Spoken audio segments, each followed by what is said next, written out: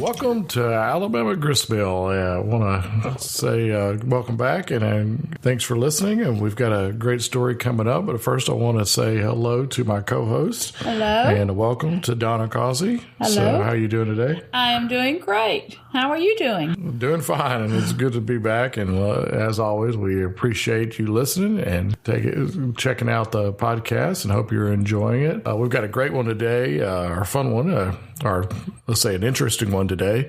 That a lot of people might know about a history about a certain city and town up in northern Alabama. This is a town that was actually founded near a spring. So, and it had two other names that you may not be familiar with.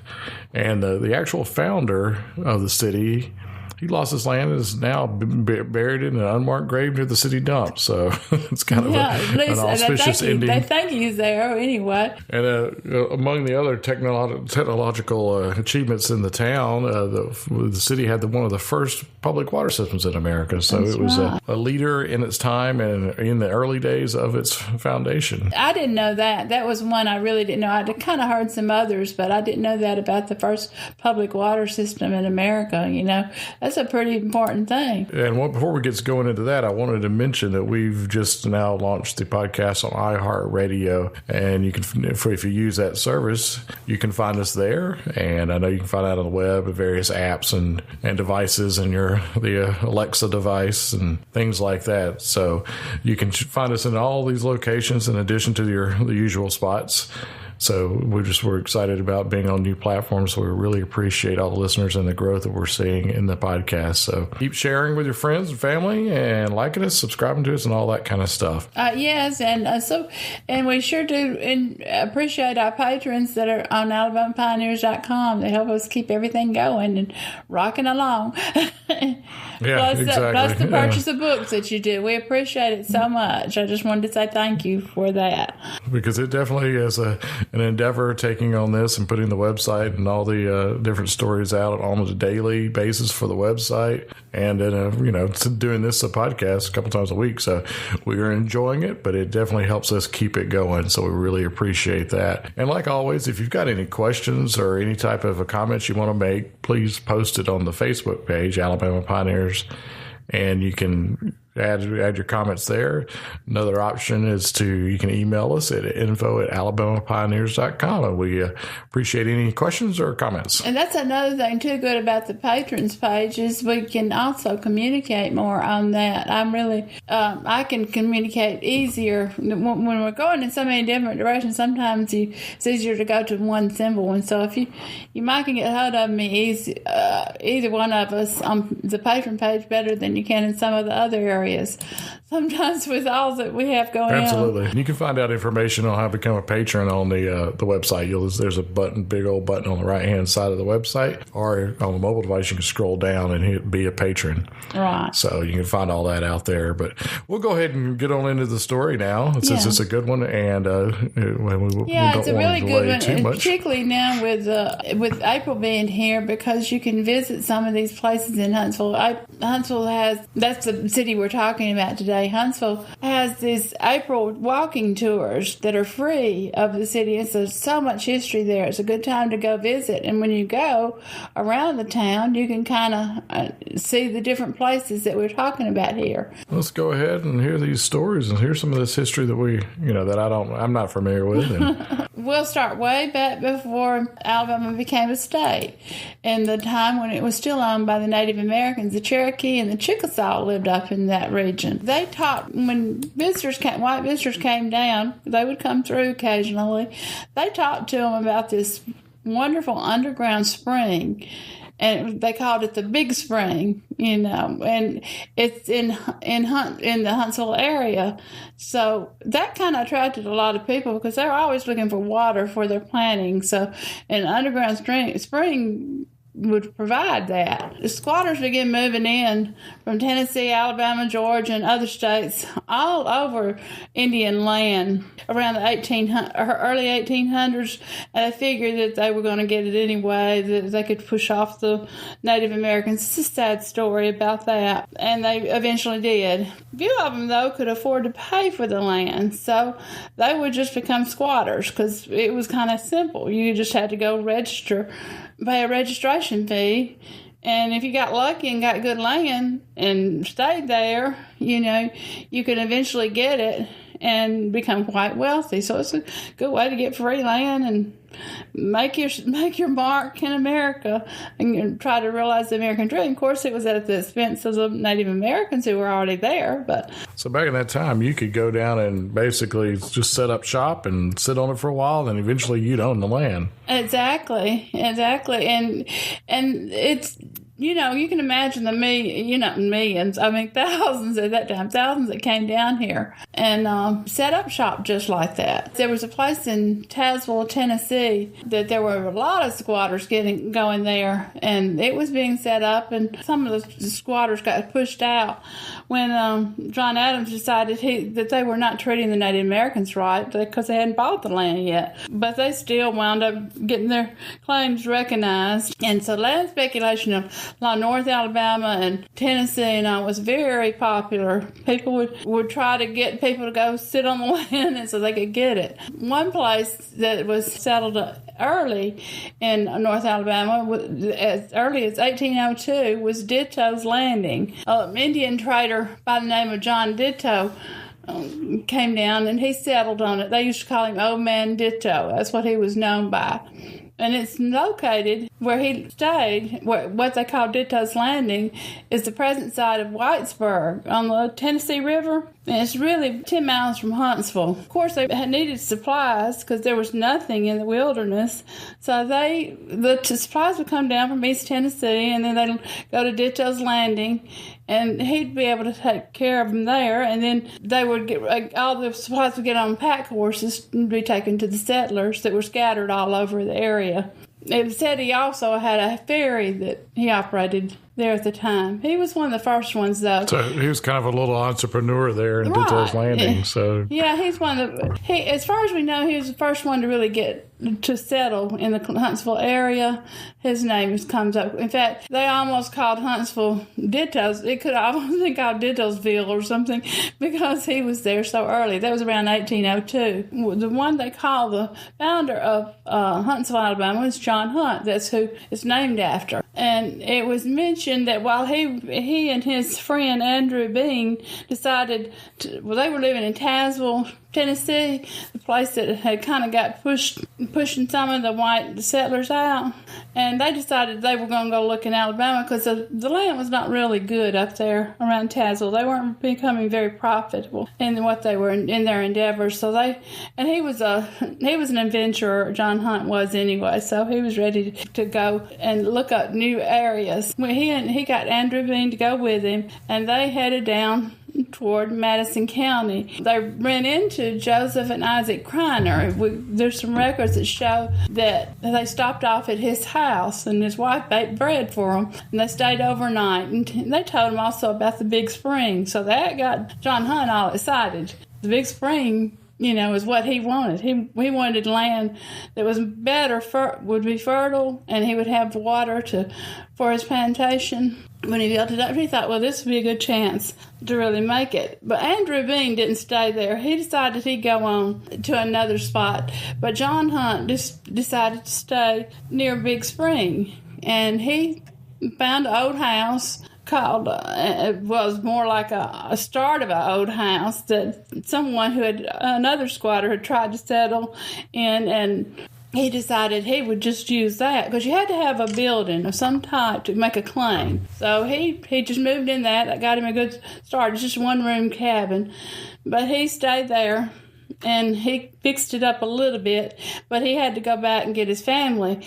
So he went back to Tazewell and got his two sons, William and David, and brought them down. they wound up building a 2-room cabin on the bluff above the big spring. The site is what later became the First National Bank of Huntsville. You can kind of see where where that spot is, and know that's where the first spot to be settled and established. That was in the fall of 1804, the spring of 1805, one to the other. William, his son, was said to have shot the last bear around the spring, around 1805, in fact. Took down the first tree to go into the house that they built. It began becoming successful. More people began to settle in the area. The town started thriving because it was very fertile land around it. And his daughter, Elizabeth, who was back in Tazewell, decided, well, we might also go down there and join you because we're not doing too well here. So she and her family, her husband and the children, moved in with Hunt, and they knew that eventually that they would get the land. They were all squatters at the time, but they felt like they would get the land because it was getting close. Congress was talking about having a land sale, and because they made some treaties with some of the Native Americans. And so they thought, well, now we can go ahead and purchase some more land. On July 4th, 1810, the first lot was sold in the new town. There was kind of a problem because when they started selling the lots, here John Hunt thought, I'm going to have legal title to my land. I'm going to be able to really do well. This is going to be my future. But he discovered, evidently, while he was busy building his plantation, he had forgotten to register his claim for his land in Huntsville on that Big Spring area. But he didn't have any rights to his land, and he was forced off the land and had to leave his home. Leroy Pope, who was a wealthy planter in the area and one of the speculators, he outbid the other purchaser, and he wound up with a legal title to John Hunt's land around Big Spring. Wow, so when you first settled and he was just moving along and doing all this stuff, right, and he forgot to just make the one important thing of registering the land and lost it all. I don't know why. No one knows, why he didn't, but that's what happened. And Leroy Pope, wound up with it. And the land was the prime land in Huntsville at the time because it was closest to the spring and it was on a bluff. He had his plantation, his house built, everything going well. Well, he had to leave, and he had to go find some land. Well, do you know where that land is? Where that land was in relation to the stuff? It's the main Huntsville downtown. It's around the Big Spring, closest to the Big Spring. Leroy Pope has a house up there on a hill now. Well, is it? And it's still there. Is it near the? Okay. The planter that bought it, it was on a bluff overlooking the spring, and Leroy Pope's house is up, so you can kind of get a general idea there. But poor Hunt, after he lost his land, all the good land was gone, so he had to move a little bit out of town. And to found some land out there, and he bought it and tried to start establishing it again.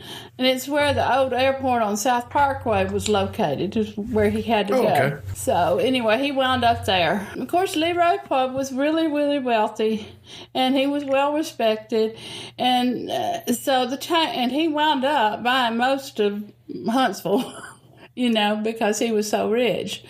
And the town, he wanted to give the town a name, so he thought Twickenham would be the name. That's the first name that Huntsville had. And he named it that because it was the home of the English poet Alexander Pope, which was one of his kinsmen. People in town didn't like that too much. It stayed Twickenham for a little while. But the people thought, well, they liked Hunt. John Hunt they knew him as an established citizen, and he'd been there a long time, and he built up, and they thought, well, Pope just kind of got his land. They didn't particularly care for that. Now he's wanting to take over and name the town too, and he all but stole his land. Yeah, that's what I think a lot of people thought. They thought, well, everybody knew he lived there, so why shouldn't he stay there? Just because he didn't have that little registration, but the law's the law, so they had to go by what it was. And so they, after the town was named Twickenham, first thing the city government did was to change the name to Huntsville in honor of John Hunt, because that felt like that's the least they could do. They didn't want to go by everything that Leroy Pope. He may have been a nice guy, and all this, but still. And he did a lot for the city, but they just didn't like the way he got John Hunt's land. He built his mansion in 1815, and it's located now on 405 Eccles Avenue. It's still standing. You can see it. It's up beautiful. I've been through there, and it's beautiful. And they have so many beautiful tours there. Sometimes you can go in some of the homes, and it's just fantastic. There's some really wealthy people that followed Leroy Pope and built up the city up in that area. John Hunt, he went on with his life, and he wound up joining the first Masonic Lodge in Alabama, called Helian Lodge No. 1. He served on juries, and he was appointed a coroner. So he didn't just stop living because he lost his land. He, kind of still stayed involved. But he was getting on up older. So in 1809, he sold his land to Absalom and Looney. And with that sale, he lost his right to vote or serve on juries. You didn't hear much from him anymore, because that was the way you kind of followed a lot of people. In 1820, he tried to get a Revolutionary War pension because he had served during the Revolutionary War, but they said that it was not considered the Continental Army and what he served in some way. He didn't get his pension, and he wound up dying February 22nd, 1822. And they say he's buried in a grave in Ackland Graveyard, and it's now known as the Sibley Graveyard. And the graveyard is near the city dump today. Someone from the Sibley family wrote me that the Sibleys had camped with John Hunt on the banks of the big spring where the city of Huntsville first started. They were close friends and all, and they said if one of the Sibleys served in the city, and that's how they got a fence around the area, the Sibley Cemetery near the dump. So you can go out there and look and see where the real founder is buried. Poor little John Hunt. He didn't get as much later on, but people do recognize him as the founder. The city of Huntsville. Do they do any type of tours out to that area? I don't know if they do any. I haven't heard of any. I haven't seen any. I just know the story. A lot of the research was completed by Tom Kearney. He wrote the Old Huntsville magazine. He and his wife, they published that. He did most of the research that tells about John Hunt. He was kind of a mystery to a lot of people before that because they didn't know a lot about him. Leroy Pope and a lot of other people get recognition. The state of Alabama, the Constitution was written in 1819, and it was written in Huntsville. It really became a big city, and there was a lot of famous people that came from there, famous Alabama people that lived up there and gathered around there. So a lot of them are buried at Maple Hill Cemetery, some of these beginning that started the state, and they're buried all in the Maple Hill Cemetery. In fact, Maple Hill Cemetery is a beautiful cemetery up in Huntsville. They have in October, they have what they call the cemetery stroke, Maple Hill Cemetery stroke. And it's real interesting because actually the people that are buried there come alive again. As the local citizens kind of dress up and they give you the stories about their life. So it's a beautiful place to go to in October if you want to go visit. It's a beautiful place to go anytime. Huntsville's really done a wonderful job of saving their historic structures and their history and carrying it on, having tours and pilgrimages from time to time.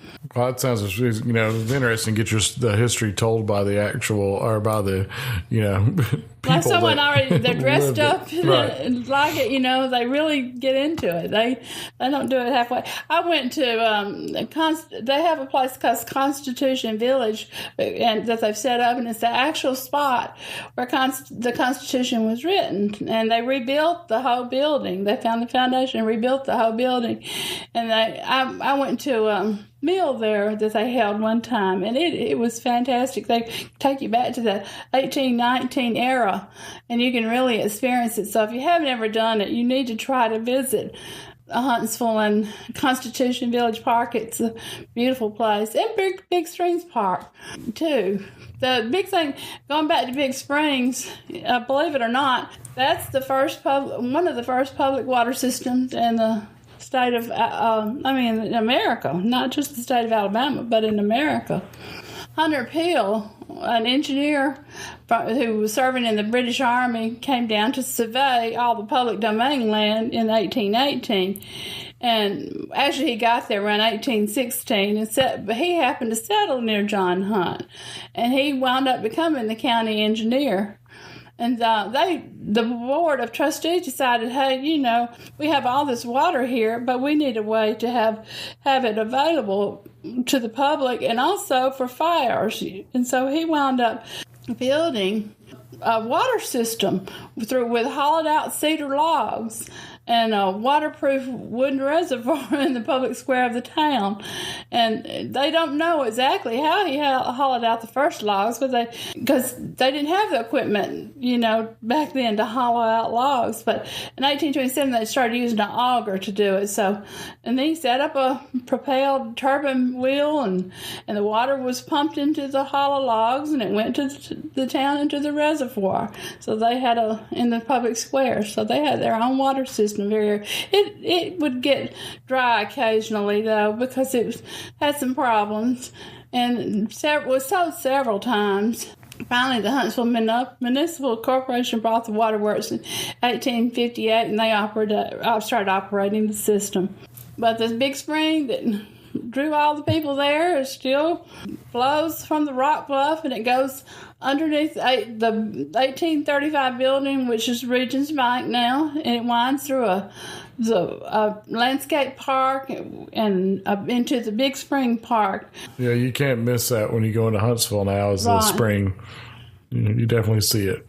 Right, you can't. It's beautiful, and also you just think that's where it all started when you take your tour on one of these Saturday tours that they have in April. They do this every year, and they're free, so that's another good thing.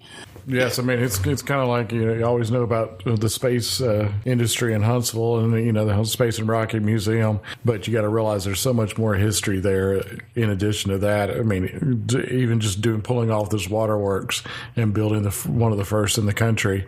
I can imagine out of cedar logs and all that, and then basically how the town was formed. Oh yes, there's so much history in Huntsville. You could go on for days talking about it, and then you got the Space and Rocket Center and all the history there. I've got quite a bit of information on the website on Huntsville. There is a painting of this early water system on the website, and we'll link that in the podcast notes. You can, you have to remember too to use the search engine if you want to find some of these things, because you can just type in Huntsville and you'll probably pull up all the articles on Huntsville. Exactly. Now, as far as this April, like you mentioned, they do the tours every Saturday, and they start at 10 a.m. And it looks like, on the 14th here, they actually are touring the Twickenham Historic District. So there's the Twickenham name, and now you know why that name is there. The thing about it is, too, on the tours that you can go on, they have signs of the different houses and tell who's lived there and what. And Huntsville's done a wonderful job restoring their history and the houses they have there. And another thing that's really great, too, they've got a wonderful genealogy library up there. I visited it several times, and they're very, very helpful with you when you do research there. And they have so much information. There's several in the state that do, but that's one of them that is really good. I spent many a day in the Huntsville Library. Libraries are a great place to find information for historical information that you can't get anywhere else. It's good that they do all that Huntsville's done that, because it kind of gets lost, like I was mentioning, with the space image of Huntsville and the high technology side of it. That they still are holding on and preserving the historical elements of the town. That's right. And even these small towns, though, I don't want to neglect them, because many people, the older generation, they donate a lot of their materials to their local libraries. So if you're having troubles trying to find any information about the history of a town, just check with the libraries. They probably have something that you can't find anywhere else. Maybe it's just a little book that somebody put together, but may have your answers for you. So I would suggest always going to go to the local libraries and see what they have. We'll go ahead and wrap this episode up. Make some time to go up to Huntsville and take one of these tours on Saturday, the month of April.